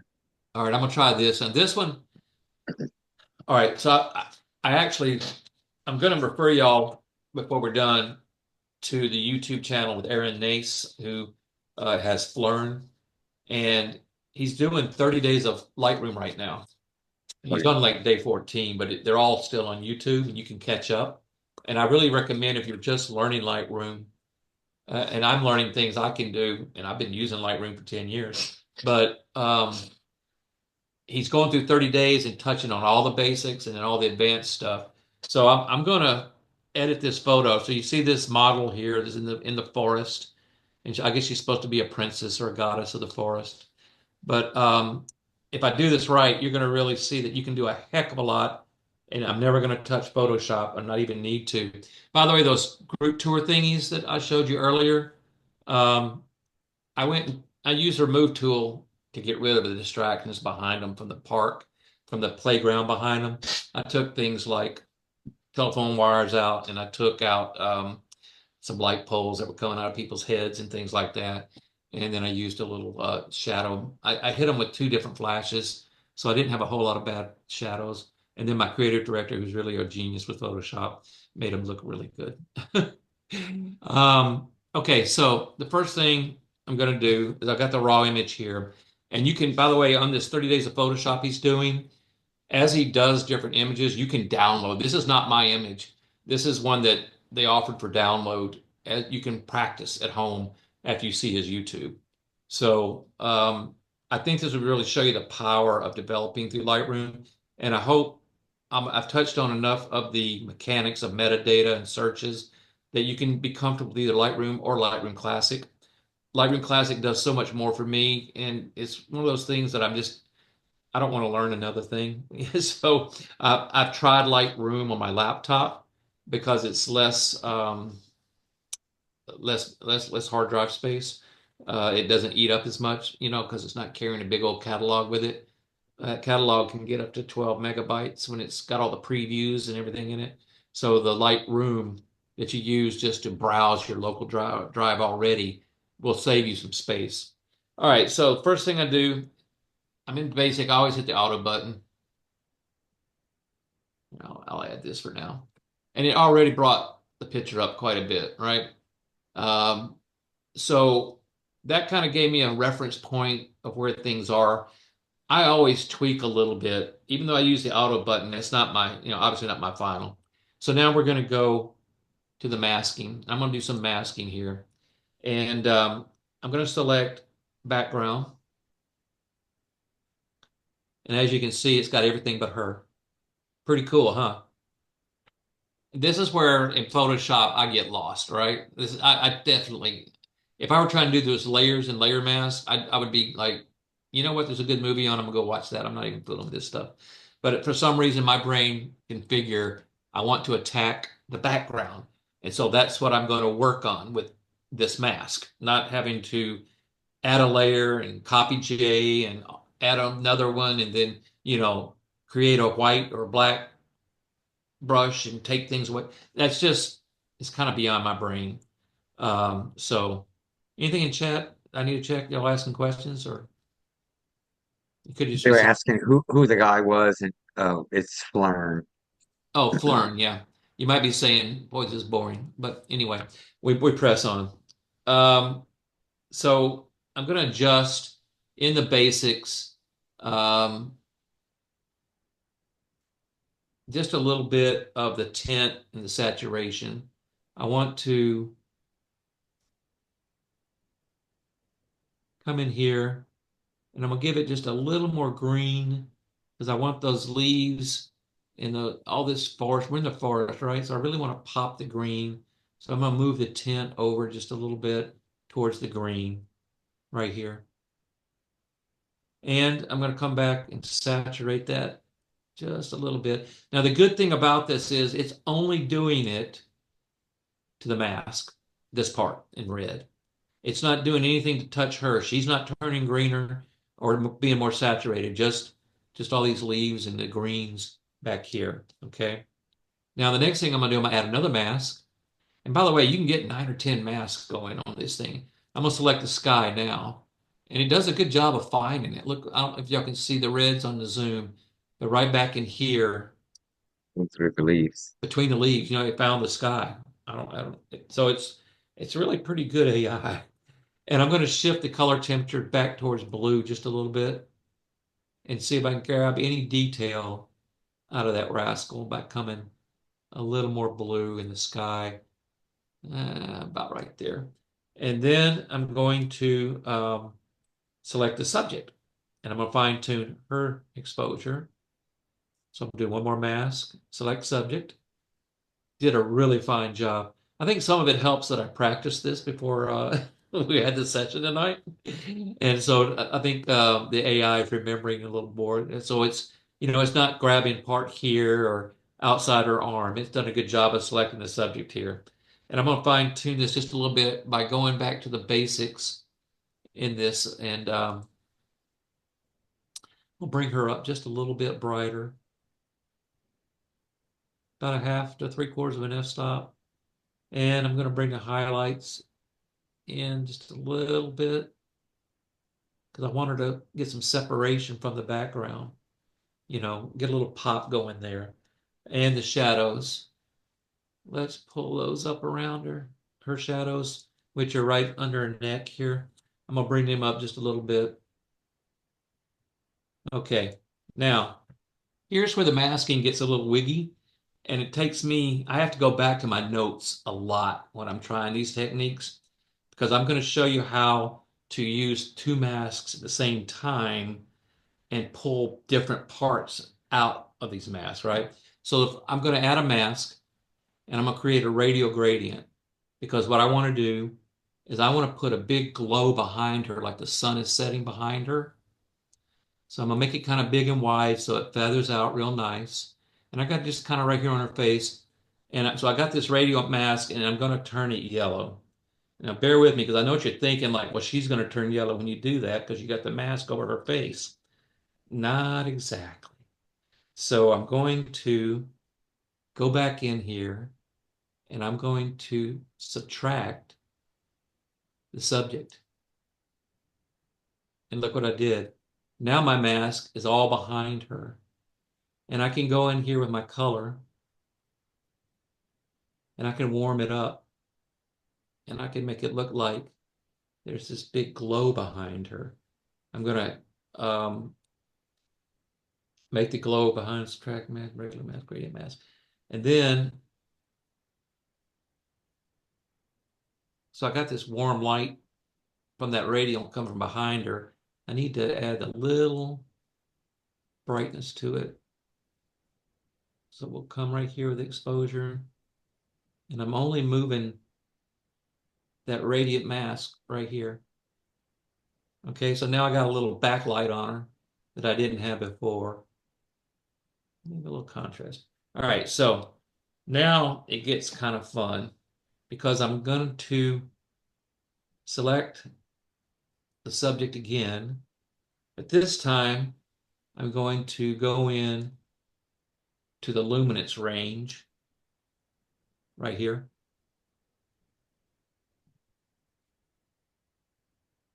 And it's going to give me what I had before. I kind of showed y'all once before. And I'm going to take this luminance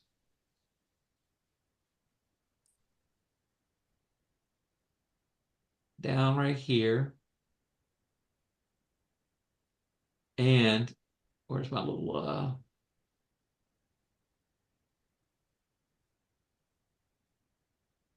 eyedropper?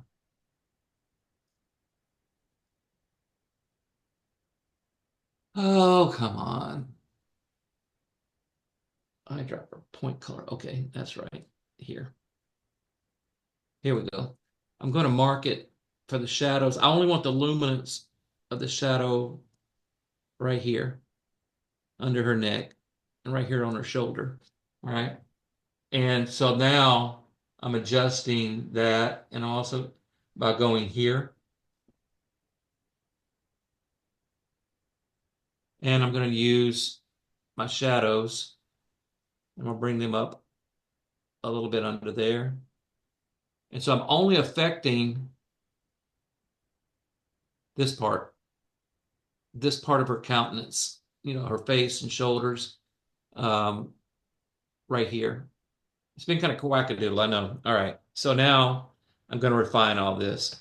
I'm done with that. Close the mask just for a second. So now I'm going to add a little bit of glow to her face. So I'm going to create another subject mask. Look, I'm already on mask number 1, 2, 3, 4, 5, 6. And I'm going to select her face. Select people, her.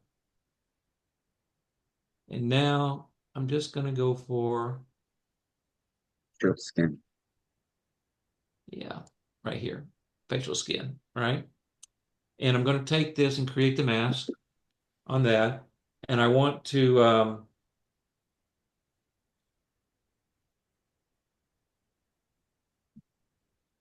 oh, he did it a different way. He created a radial gradient and did this. Come on.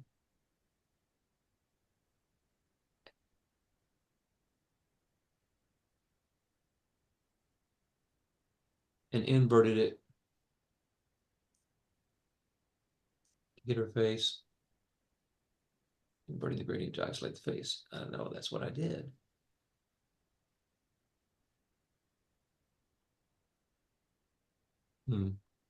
Let's back up a step. Here's the cool thing.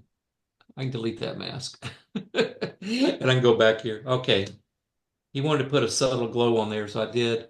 And I used the color pointer and the subject. But Nace says to create another subject mask and subtract out a radial gradient. So let's do it that way. Select the subject, and we're going to subtract a radial gradient.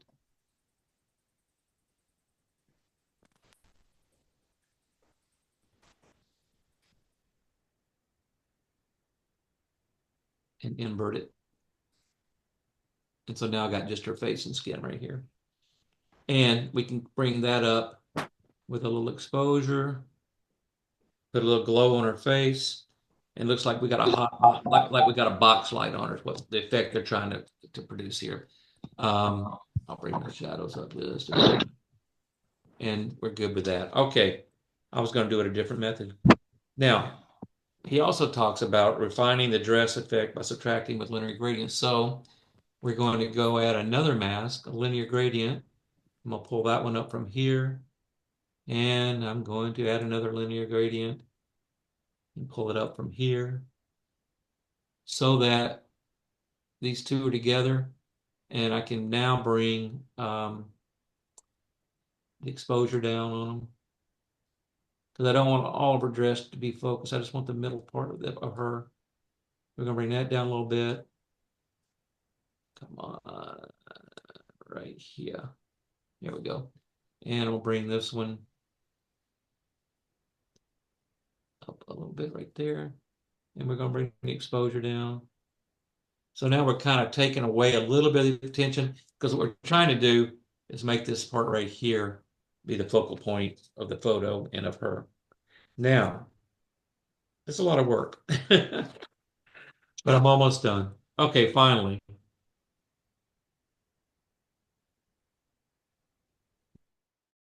We're going to go in and I'm going to use a brush. Hello? Yeah. And from this brush, I'm going to paint on her hair. And to do that, I'm going to first bring this up a little bigger. Oops. Sorry. 50%. There we go. And this is where the navigator comes in, because you see this box over here on the top left? I can move it around to get the picture where I want to work. And so just for fun, we're going to take that brush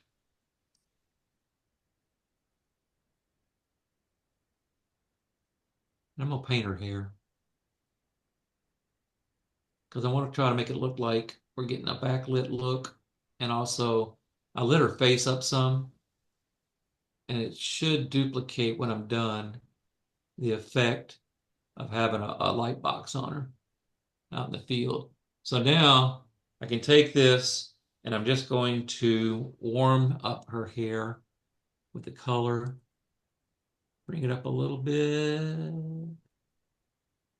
right there, and maybe a little lighter here. Too much. Let's do it right there.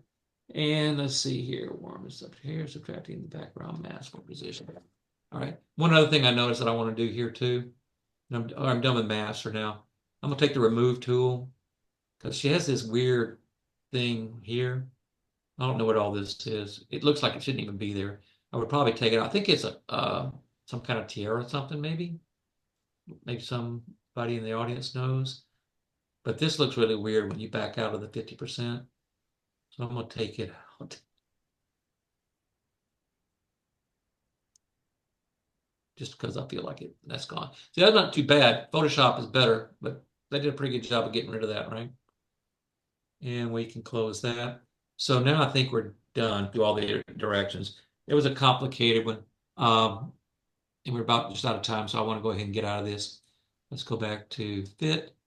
And I'm going to take this photo and get back in the library with it. And I'm going to export it so you can see where we were and well, here, I don't have to do that. Wait. One other little trick of Lightroom. We can always use this slash button.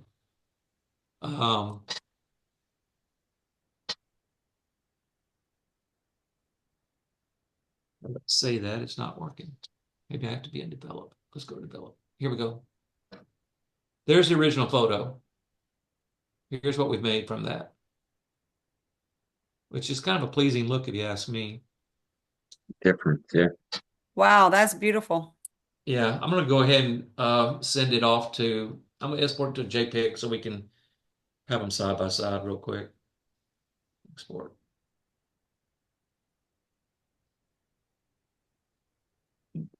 This is why I think if you I'm always trying to learn, right, and get better. And I watched him do this technique, and for me, being able to see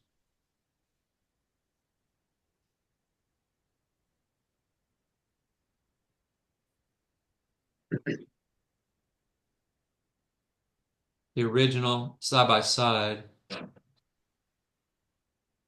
I'll take the raw and I'm gonna do something drastic here. I'm gonna send it back. You can always hit this reset button down here in the bottom right, this reset button, and take everything off that I did. All the edits and everything I did are gone. But you've got a history over here of what all the edits are. So if I wanted to, I could go back in and develop and jump in at that point, start over or carry forward from any point in the history here. So even though I hit reset and took all the edits away, I still got the history over here on the left of all the settings, which I think has saved me many times when I've done something trashy. But if you take a look now at these two photos side by side, you can see the striking difference between them. Very So nice. there's a lot you can do with Lightroom. You don't have to go to Photoshop. One other thing I would address and mention, I ran out of time. I really thought I was going to be short. I over prepared, put too much in there. Um, and that is, yes, you can edit JPEGs. Instead of if you shoot in JPEG, you can use Lightroom to edit JPEGs.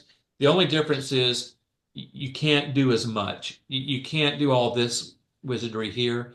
You can brighten and crop and you can, but if you start, because there's only 8 bits of data in a JPEG, so as you start to make edits, they get stretched and they start pixelating and they do weird things. It's not as convenient to do that. Like if I took, this is a JPEG. Let me just hit the bell. I know we're almost out of time. If y'all need to drop off or if you haven't already, I'll just do this fast. Watch, if I take the exposure on this and I want to highlight them, it's okay. But if I keep going, look at all the detail in his jacket start going away, and on her dress. So if I was in RAW, I could watch how much I can push this girl with a horse. Come on, here we go. I could take it and I only push that other one about half a f-stop. I'm gonna take her up. Look, I'm up here, and if I were to do a mask with a subject and not brighten all the things around her, she still looks natural. And I'm a f-stop, and I'm 1.5 f-stops pushed in the brightness and exposure here. So that's the difference in JPEG and a RAW when you're working and editing with Lightroom. Yes, you can edit JPEGs. You just can't do as much to them without it looking kind of crappy. All right, I'm gonna get out of here real quick. Come on. There we go. I'll just scroll through it. Don't forget, classify your stuff, put them all in buckets. It'll be a lot easier to find when you're working in Lightroom. But if you don't want to do that, by the way, my backup, remember how I sent stuff to a backup as well? Um, the backup actually drops down into um, a date register, a date folder. So you don't have to do all these buckets if you don't want to. It'll stay in whatever structure you're doing on your hard drive. Number one rule, it's a catalog. You're not putting anything into Lightroom. You're just putting them on your hard drive, and Lightroom's pointing where the photos are. And Lightroom keeps XMP files for all your edits. Where do I go to try this sample that I just did with the lady in the forest? They're right here on YouTube. And I downloaded the images from Flurn, which is a link on the YouTube itself. So if you don't want to wait for this to be on our website, just go to YouTube, look for Flurn, Phleare, like Photoshop Learn. And he's doing 30 days of Lightroom, and you'll see the one that I just did. It's called Advanced Masking. And also, there's a place you can save 10% if you want to subscribe to Learn Pro on YouTube, on that same YouTube. These are some of the people that I follow that I've learned little techniques from. Kozlowski, y'all may know some of them anyway. Flurn and Nace, Wildlife with Kozlowski, Kelby with Travel, and Lightroom and Photoshop. Kelby's the one that had me put things in buckets, and it really did simplify me not having to scratch my head and remember, was that February or March last year? Was it 2 years ago? I don't have to do that anymore. And I don't have to remember what I named them either, because everything I shoot falls into a bucket and gets me closer. And then I can go, oh yeah, it was Pintail. That's where I shot that ibis or whatever it was. Mark Denny, if you like landscapes, he's real good. Carrie, for you, Lightroom, the regular Lightroom, Adobe Lightroom, the new one was online and now it's just Brian Matiash is really good. He has actually been asked to join the development software crew of Adobe. So he's a consultant to them, and he is one of the people helping develop Adobe Lightroom. So his YouTubes are really fantastic on using just Lightroom instead of Lightroom Classic. And then Todd Dominy has a real easy-going method of teaching Lightroom and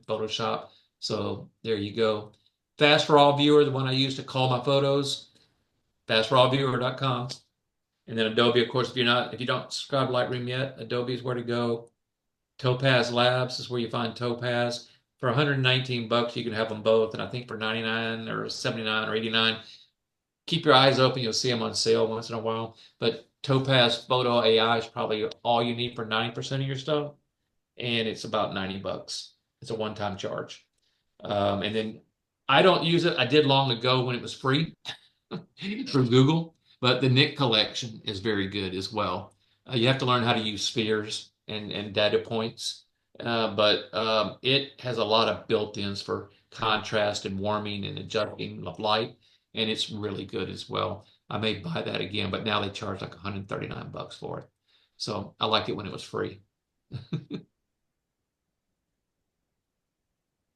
Okay, we're out of time. That's it. I'll get out of this and back to the screen. I'll unshare it. How do I get rid of it? How do I unshare it, Julie?